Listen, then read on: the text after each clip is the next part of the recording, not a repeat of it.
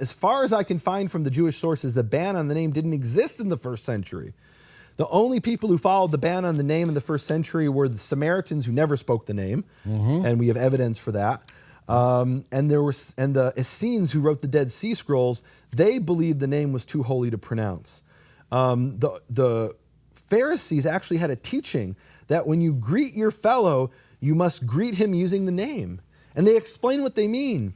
They explain that when you, they quote Boaz walking on the road to Bethlehem, and he sees the harvesters in the fields, and they're covered in the dirt and grime of the fields.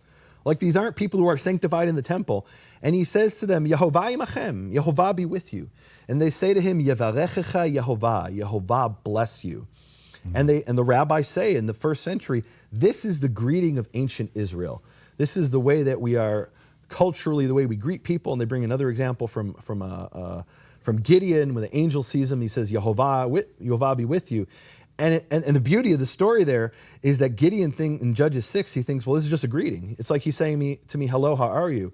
And the angel says, no, when I say Yehovah is with you, I mean he's with you. Like he mistakes it for a greeting at first. But he's like, no, I'm not just anybody saying this. I'm an angel saying this.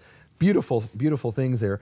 So the point is, in the first century, that's an anachronism to say that Yeshua didn't speak the name.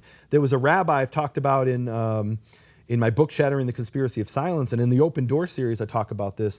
There was a rabbi named Hanina ben Teradion, who during the time of the Hadrianic persecutions, he was a rabbi, and he was burned at the stake by the Romans, we're told, for speaking the name the way it was written, meaning as Yehovah.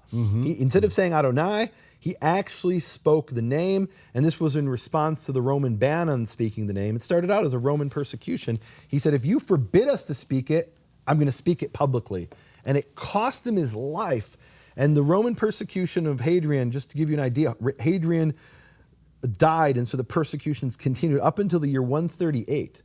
That's 100 years after Yeshua's ministry. There was a rabbi burned at the stake for speaking the name. So you're telling me Yeshua, when he was preaching in Galilee, didn't speak the name?